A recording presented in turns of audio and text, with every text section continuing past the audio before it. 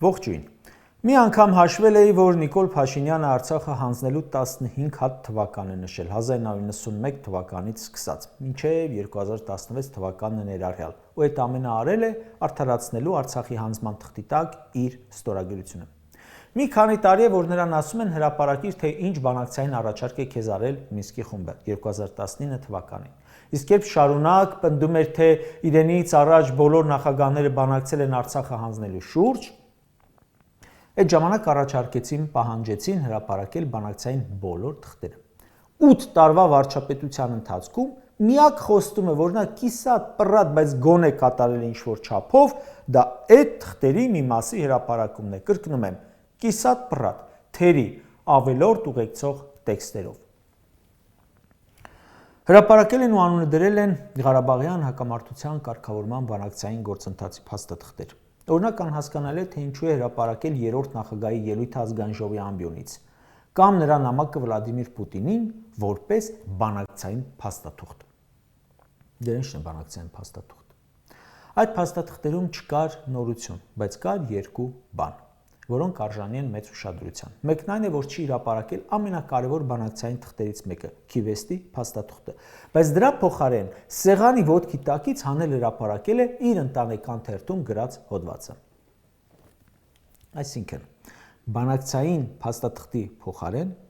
ընդդիմադիր լրագրող աշխատացի ընկալումներն են Նիկոլ Փաշինյանը հրապարակել այդ փաստաթղթի վերաբերյալ։ Ասում է, այդ փաստաթուղթը կառավարության արխիվում չկա։ Չեմ հավատում։ Չի կարող կառավարության բանակցային արխիվում չլինել փաստաթուղթը, բայց լինել հայկական ժամանակի հոդվածը, այն էլ երբեք պաշտոնական փաստաթուղթ չդարձած տարածքների փոխանակման մասին։ Անհնար է։ Մի տարի ասում են հրապարակիր փաստաթուղթը, չկար արխիվում, ուզեիր Մինսկի խմբի համանախագահ երկրներից։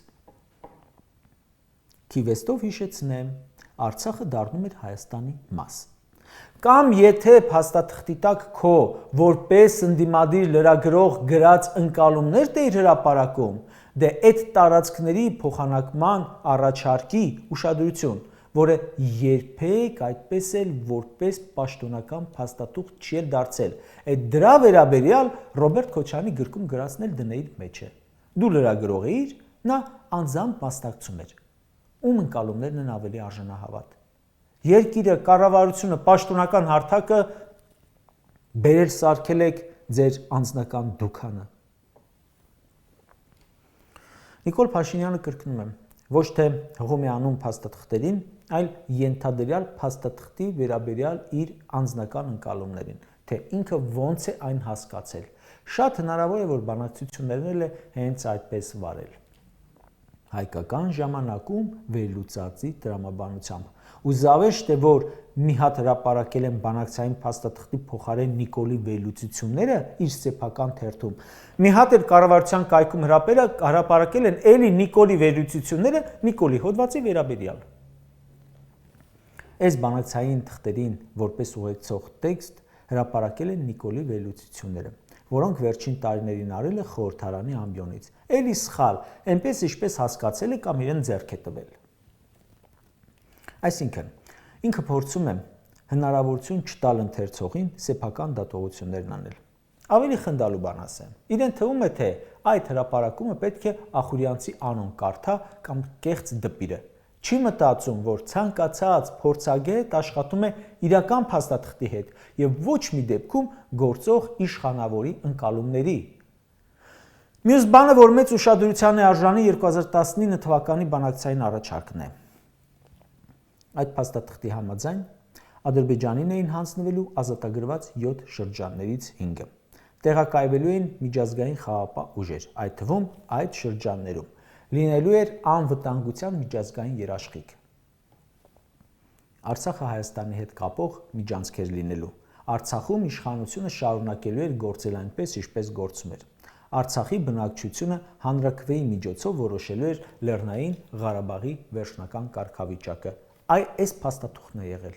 2019 թվականին որպես պաշտոնական առաջարկ եղել է այդ փաստաթուղթը։ Ինչ է արել Փաշինյանը։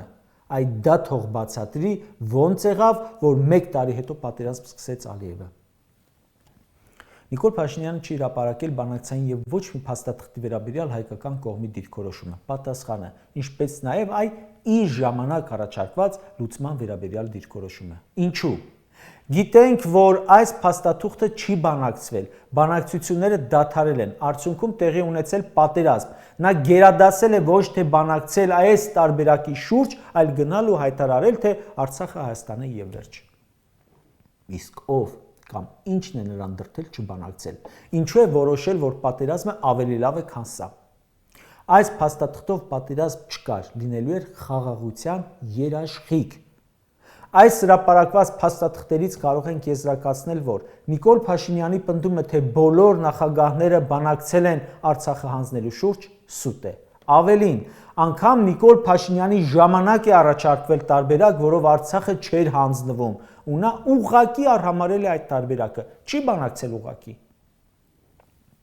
Բոլոր այն տարբերակները, որով Արցախը մնում էր հայկական, դրել է մի կողմ, ասել է սկսում եմ իմ զրոյական կետից ու բերել հասցրել է Պրահային, որտեղ ճանաչել է Արցախը Ադրբեջան։ Դե հիմա ինձ ասեք, նա ում օգտին է աշխատել։ Ասում է 2019 թվականի տարբերակում առաջին տողում գրված էր երկու երկրների նախագահները։ Հետո ինչ։ Դրա համար բանակցային թուղթ են վիժեցնում։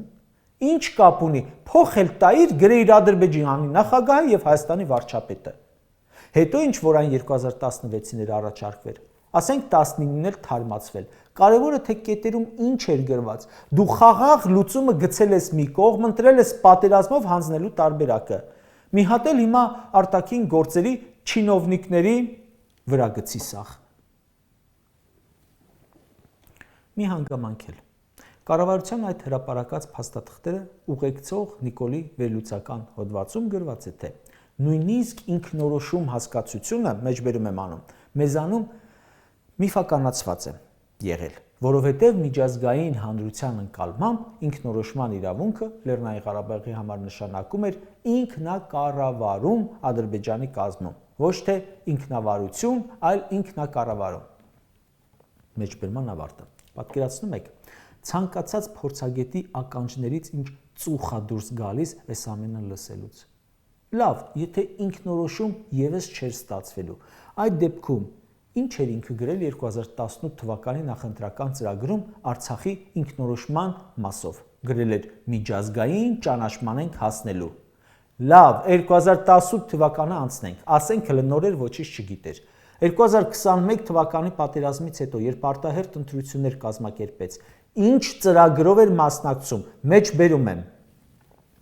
Առաջիկա տարիներին կառավարության գլխավոր խնդիրը պետք է լինի ԼՂ ժողովրդի անվտանգության ապահովումը ու Ղարաբաղյան հիմնախնդրի խաղաղ եւ համապարփակ կարգավորումը։ Ղարաբաղյան հիմնախնդրի վերջնական կարգավորումը կառավարությունը տեսնում է ԵԱՀԿ Մինսկի խմբի համանախագահության ներքո Լեռնային Ղարաբաղի վերջնական կարգավիճակի հստակեցմամբ, հայտնի սկզբունքների եւ տարրերի, այդ թվում ինքնորոշման իրավունքի հիման վրա։ Սա դուք եք խոստացել 2021 թվականին ու ասում եք միֆականացված է եղել ինքնորոշումը։ Բասեր միֆականացված բանա ժողովուրդ։ Չբերեիր նախընտրական ծրագրի մեջ մտցնեիր, քվեջ տանեիր։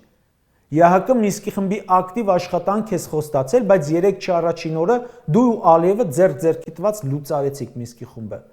Սաղ կյանք ԵԱՀԿ Մինսկի խմբից բողոքել են Ալիևները, մշտապես ուզեցել են լուծարել, չէին կարողանում, որովհետև Հայաստանի համաձայնությունը չկար։ Հիմա եղավ։ Դե հիմա ինձ ասեք, նա ում օգտին է աշխատում։ Իսկ իրականում Նիկոլ Փաշինյանի հրապարակած բանակցային բոլոր թղթերը թերի լինելով հանդերձ հազարավոր անգամ ավելի լավն էին նրանից, ինչ ունենք այսօր։ Այդ բոլոր փաստաթղթերով լինելու էր հայկական Արցախ։ Այս թղթերը արժեքավոր են միայն պատմության համար, քանի որ իրականում նրանցից ոչ մեկով չլուծվեց հարցը, այլ լուծվեց մի արկածախնդրի հանցավոր գործունեության արդյունքում։ Իսկ թե ինչ մոտիվացիա ուներ, ցույց կտա իշխանափոխությունը։ Կարճ ասած, ունեմ մեծ մտավախություն, որ Հայաստանին նոր տարածքների կորուստներ է սպառնում։ Հայաստանին սպառնում է 300,000 ադրբեջանցու բնակեցում, սպառնում է դարձնել արևմտյան Ադրբեջան ու այդ ամենը կազմակերպելով Նիկոլ Փաշինյանը կարող է վաղնել ասել ոչ մի բանակցային թղթով անհնար էր զսպել այն, ինչպես որ նա հանձնել է եւ մեղքը գցում է բանակցային թղթերի վրա, որտեղ հակառակ բաներն են գրված։ Հիմա էլ կասի, Հայաստանը արևմտյան Ադրբեջանն էր այն գլխից ու էլի ինքներս մեզ պետք է հարցնենք, հիմա սա ում օգտին էր աշխատում։